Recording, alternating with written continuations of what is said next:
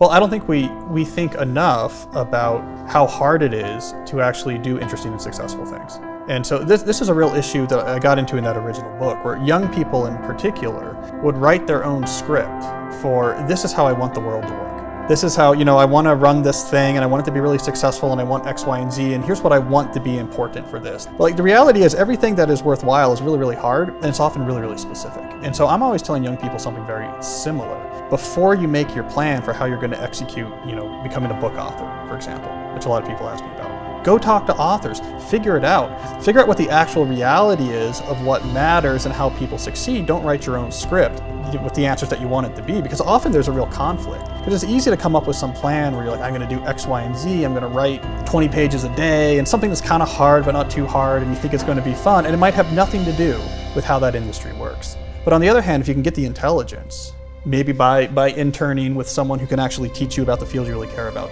and you understand, this is what's involved, then you know where to put your energy. You know where to get the leverage point. It's why in academia, for example, why the people who write papers for star venues tend to train with other stars.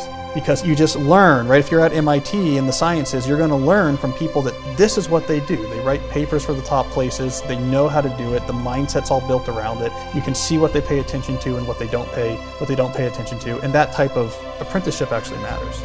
We have to lower the bar. So we have to lower the bar from this impossible height where we put it, which is you have a one true passion, and if you figure it out, you're going to love your work starting the next day. And if you get it wrong, you're destined for a life of misery. Like, we have to lower that bar down to, there are many different things upon which you could build a life of real fulfillment and passion. But it's not just dart throwing, right? I mean, it has to be something that you have an interest in. It has to be something that you think would reward you with more flexibility and options as you got better at it, right? So it's not just arbitrary, but most people could probably pretty quickly identify 6 or 7 directions that pass those qualifiers. And so a lot of what I'm saying is that's enough. That's enough for it to pass the bar. I like this, maybe it matches some of my skills. I like the options that would open up if I did it well. It seems to resonate in some sort of ill-defined or ambiguous way. That's all enough for something to be the foundation of a passionate career. And there's probably a lot of things that pass that criteria, and that's okay.